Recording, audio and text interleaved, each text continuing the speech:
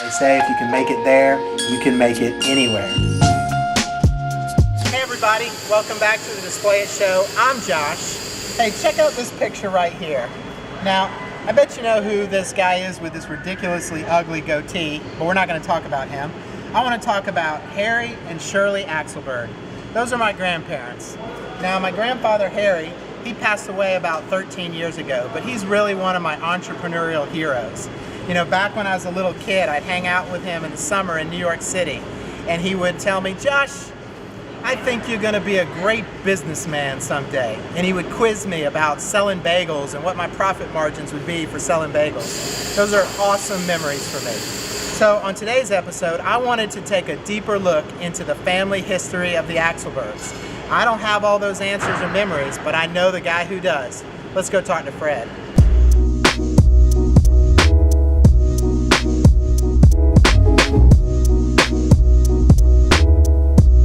All right, so if you remember back to episode 41, Meet the Founder, that's when you meet Fred and you learned all about his entrepreneurial journey. He's the guy who started Displayit. But in today's episode, we want to learn about the Axelberds, where it all started. And my grandfather, Harry Axelberd, was not the first Axelberd to come to America. That would be Moisha Axelberd.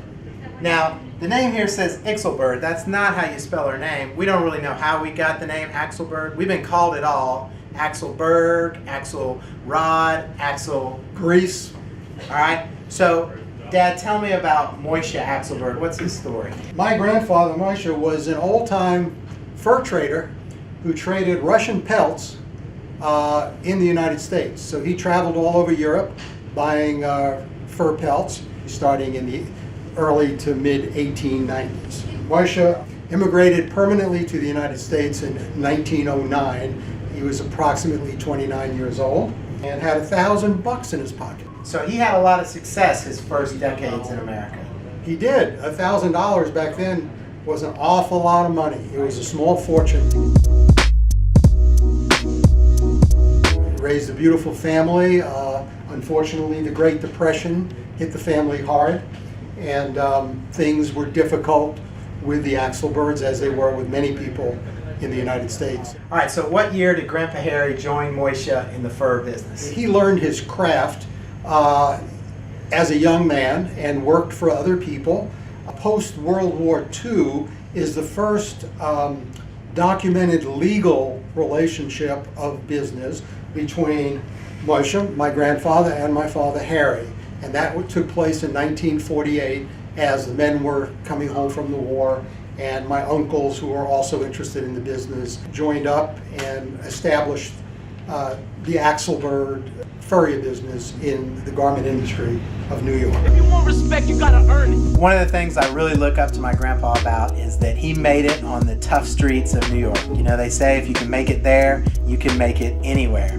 So I went on Google. My dad gave me the addresses of his last two locations.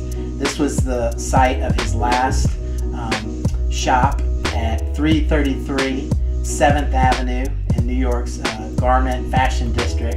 And so before that, he was at my dad's not 100% sure, but he thinks 114 West 29th Street. There's a import-export shop there. Still pretty cool to think of my grandfather on the tough streets of New York City.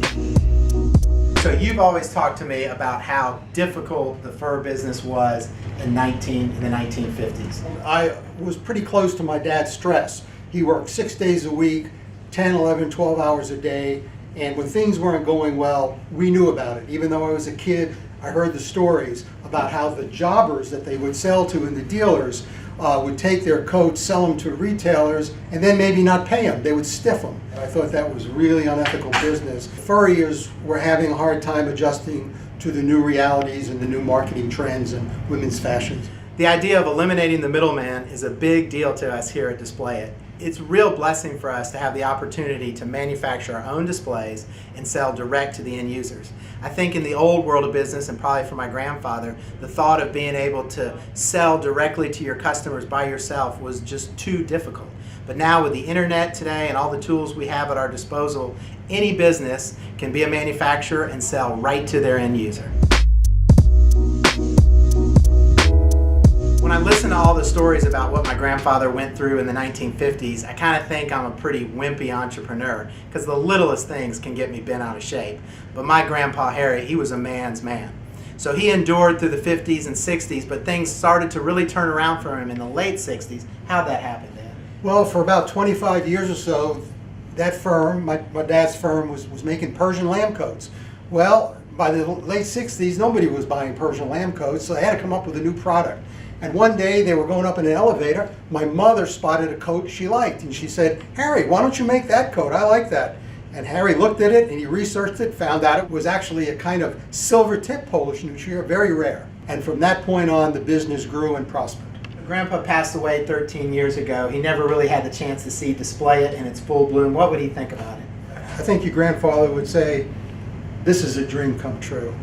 You are living the American dream. This is it." All right, so this is just part one of the Axelberds story. Next week, my dad and 3 of my younger boys are headed to South Florida to go see Grandma Shirley. 2 of my young boys have never even met her before. So we're going to go down there and let her tell us the stories about Grandpa and his business, and even hear about her family who came to America and their entrepreneurial journey. It's going to be a lot of fun. I hope you'll join us. It's time for me to get back to work, but we'll see you guys next time.